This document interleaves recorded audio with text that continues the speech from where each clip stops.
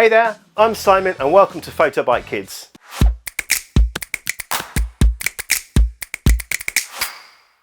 So next up in our series of photo challenges for kids aged between 5 and 15, we've got another slightly unusual photo challenge for you. This one is going to be a bit different in that we usually ask you to look around the house for inspiration and think about things that you might find around your house.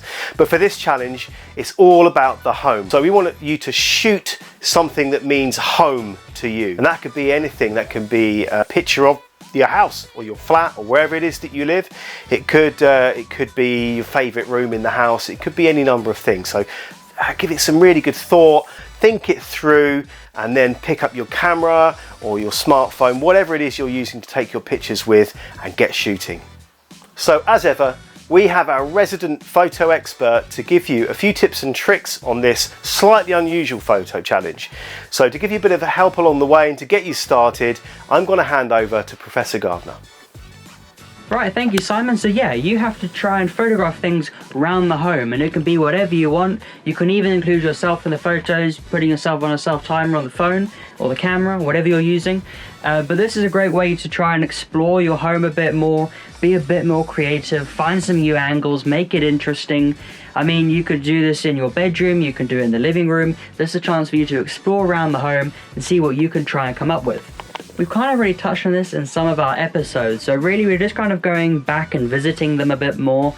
I mean, for example, I've used my windowsill and the plants, I've used them quite a bit already, so it's just thinking, how can I make that a bit more interesting? I mean, we already talked about angle, which is just where, with this guy, you just take your phone like that and flip it upside down, and that gives you a cool angle. So it's just, you know, little things like that, but also thinking about other subjects you can use around your house as well. So here's just a few photos of what I've got just from going around the house and just trying different things to see what I can try and create.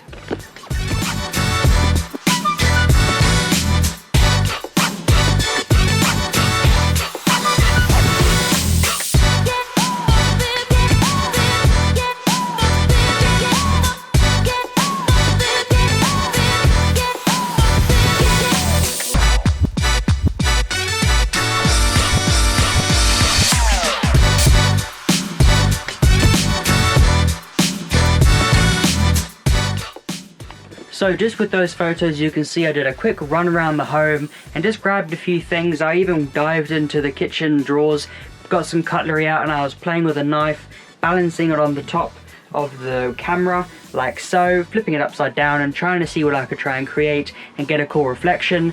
And then with the forks, they kind of bled over, just want to see how that looked. Then you had a spoon, so even if you just go into the kitchen drawers, you can then pick out some cutlery and then use that to help create your photograph. Or you could just document, as I did in my brother's room. He's deaf and blind, he loves Henry Hoovers, so those are always on his bed. So that's what I documented, was him with his stuff on the bed. And then I went downstairs and we have a wooden giraffe, and I was thinking of a different angle to get that. And of course my name is Professor Gardner, so it wouldn't be me without some more plant photos. Again, just some basic ones, but it's just showing what's around the home and being creative in that sense. But we'd love to see what you guys come up with and what you have to share. Also think about time of day as well. Sometimes in the morning you'll get some nice light coming into the room, maybe in the evening with a nice sunset, so bear that in mind when you're taking your pictures. It's not just about location, it's also about time of day, so you can shoot throughout the entire day and your good ones will be probably sunset maybe. But let us know if you have any questions, leave them down in the comments below. Don't forget to subscribe and don't forget to submit, and we will see you next time.